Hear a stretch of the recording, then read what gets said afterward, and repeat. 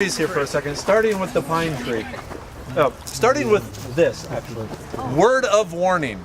Here in Texas, if you find a vine clinging to a tree, leave it alone. It's either poison ivy, or in this case, it's a Virginia creeper. But pretty much any vines that cling to trees have compounds in them that cause skin irritation. They talk about clinging to the trees, but what about wrapping the trees? Wrapping is different. If it's clinging, especially if it has little hairs, just if it's tight against a tree, it's one thing. If it's just like this, just kind of flowing free, like that big one right behind it. This is a grapevine. Grapevine is it's dead. But, That's a long we have more grapevine. grapevines here. But let me talk about the pine tree here for a second. Okay, multiple uses for the pine tree. Starting with the leaves or the needles, in this case, excellent source of vitamin C. If you remember, it's easier to get them from smaller pine trees. But what you do is you want to make a tea out of it. The vitamin C is very, very water soluble, so it's really easy to extract it. You don't want to eat the needles themselves because they actually are loaded with sap, and it will just cause stomach irritation. In fact, if you're making a tea out of it, you don't want to boil them. You just want to put them in hot water, too hot to touch, like 140 to 160. And let them soak for about 10 minutes and then strain the needles out. That will take out the vitamin C, but it will leave a lot of the resins and sap still in the needles. If you boil it, you can still drink it, but it's going to taste like you're drinking pine salt. It's not that pleasant. So you just chop it up fine and just the green needles and let it soak. Basically 2 teaspoons in 1 cup of hot water twice a day will give you all the vitamin C you need to stay healthy. Pound for pound, they have almost as much vitamin C in them as lemons and limes and oranges and things like that. Wow. That being said, there's also a chemical in all pine needles, but in particular in the loblolly pine, which is the one we have mostly around here. All pine needles also contain a compound that is a known will cause miscarriages in mammals, including humans. So if you are a pregnant female or a young female who wants to get pregnant, things like that, it's recommended that you don't take a lot of the pine needle tea. Maybe 1 cup every 2 or 3 days. There are other places you can get vitamin C from. It's just to be on the safe side, they recommend don't take the pine needle tea. On the other hand, ladies can drink as much as they want. the guys can drink as much as they want. No, old ladies. Oh yeah, sorry. Speaking of guys, you know how like a few weeks ago everything was covered with the yellow pollen? Okay, ironically, the pine pollen is chemically identical to testosterone. Heck yeah.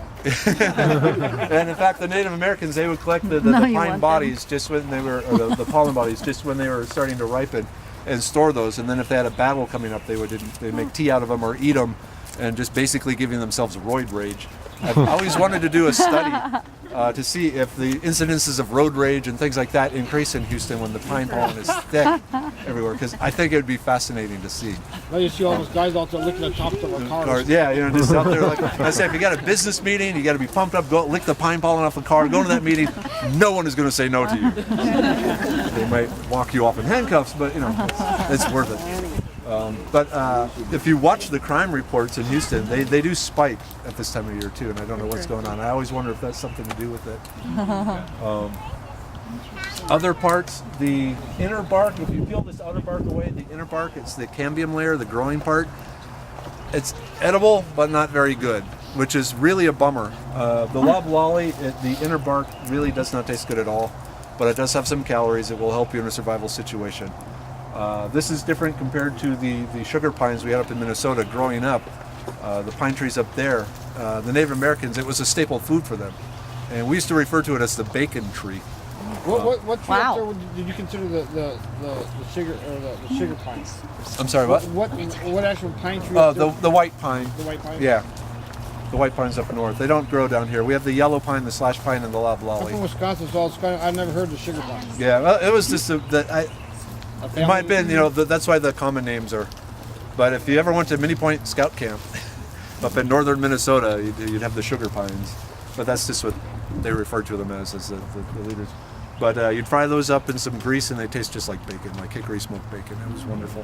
When Hurricane Ike came and knocked down a bunch of pine trees in our neighborhood, I was going to Oliver tasting, trying to find one that was decent, and I couldn't find this. I was so disappointed.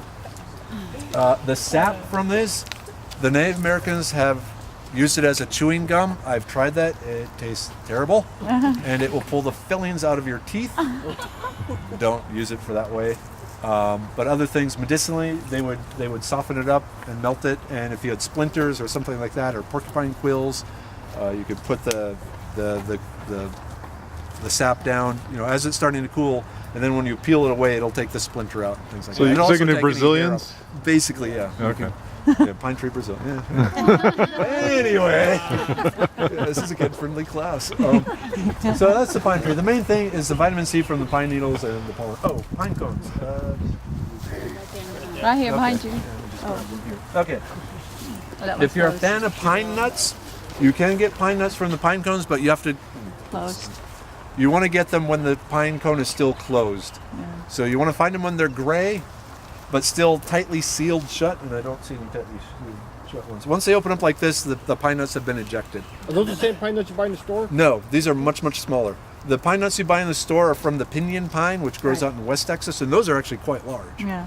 These are small, but they're quite tasty. They taste the same, especially if you roast them, but they're a lot of work to get out. A couple of different things you can do is you just start peeling them, get a pair of leather gloves and just peel them open, get the little seeds out of them. Or the pine trees, one of the things they do is if a forest fire comes through, that causes the pine cones to open up and eject the seeds. So if you have a wok Heat it or up. some sort of thing, yeah, you just roll it around in your wok for a bit. And I haven't had a lot of success with that, but I found if you roll it around and then heat it up and then put it in a brown paper bag, in like a day or two, they'll start opening and dropping their seeds. But I find just tearing them open is the best way of getting the seeds. But every scale will have a seed associated with it. The yellow pine have a much larger pine cone, and those are pretty good. Those are like in the Village Creek area, out in that area, there's a lot of yellow pine there. So all the pine nuts are edible? All pine nuts are edible. Most of them are too small to be worth it. But if you have time or kids you want to keep busy, put them to work. Hey, get the pine nuts. Next to it, we have the sweet gum tree. This is one that forms those pods that really hurt when you step on them barefoot. When the pods are ripe, but before they've actually dropped off the tree, if you collect them and you break them open, which is hard to do, this is another thing you put your kids to do work doing that. But you get the little seeds from inside and then toast those. They're kind of like cloves, the way they work. The main use for these is the leaves from a medicinal point of view.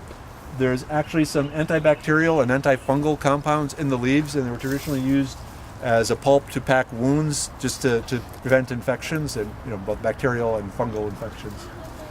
The sap from them was actually used as a chewing gum base up until the 1930s. It's high in chicle, a natural kind of sweet-tasting latex. Oh, that's where chiclets are from, right? But it's one of the things, yeah. Up until the 30s. Now it's all pretty much artificial, but they would just cut V-shaped gashes through the bark and then collect the sap as it leaks out and then use it as a chewing gum. It's okay. You throw some sugar, some vanilla in there, things like that. It's much better. But if, again, you want to keep your kids busy, you can have them chew on the sweet gum tree. What Throw about, them in the forest. Don't. is that a grapevine over there? Yeah, let's see. We got a grapevine growing through here. You can tell them. This is the Mustang grape. The young leaves we can eat. They're kind of grape flavored. Oh, try some. Come on, let's try some. What's it called? Mustard? This is the Mustang grape. muscadine. Muscadine. grape. There's also the Mustang grape, which we'll see Here, in another grab. Let's try a young one. I'm The gonna Mustang try the grape. young one. Well, the muscadine, it's green on top and green on the bottom and smooth on top and bottom. The nice. Mustang grape is green on top and gray on the bottom and fuzzy like the nose of a horse. So I'm just gonna pass those. Which one do we have? This is Muscadine, I the think. muscadine. The muscadine grape also has a better eating flavor just raw, whereas the Mustang grape is actually Tastes quite like grape. acidic. Yeah, it tastes like young grapes. Yeah, I mean you can use it, and also you can make the stuffed grape leaves and all that. Yeah, there you go. That's what I have. In my yard. Can you get some leaves back there? I didn't know. So you can put these in salad? I think I got Yeah, one. salad. There's a water bottle, please. Common weed, better. My mouth was still numb from that. Anyone else? Last time eating it. What about the grapes? The grapes are really good also. The grapes will start showing up in July. Kind of.